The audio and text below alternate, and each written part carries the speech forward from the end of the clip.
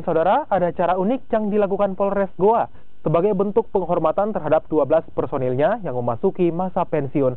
Anggota kepolisian yang telah masuk masa pensiun ini diarak dengan kendaraan becak motor atau bentor berkeliling pusat kota Kabupaten Goa. Melepas 12 personilnya yang telah memasuki masa pensiun, Polres Goa melakukan upacara wisuda purna bakti. 12 personil polisi Goa ditemani istri masing-masing menjalani upacara pedang pora. Usai menjalani upacara pedang pora, 12 personil ini kemudian diarak keliling pusat kota Kabupaten Goa dengan menggunakan bentor yang telah dihiasi. Tradisi mengarak dengan bentor ini sebagai bentuk rasa terima kasih telah memberikan dedikasinya kepada masyarakat.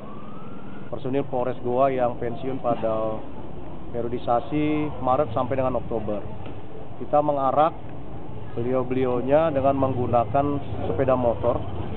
Selain untuk bisa menginformasikan kepada seluruh warga Sumbu Minasa tentang masa berakhir tugasnya beberapa personil Polres Goa, juga bisa menjadikan satu kenangan manis buat para wisatawan untuk tetap bisa menjadi bagian dari keluarga besar Polres Goa. 12 personil yang telah memasuki masa pensiun ini diarak keliling kota Kabupaten Goa dan menjadi perhatian warga yang melintas.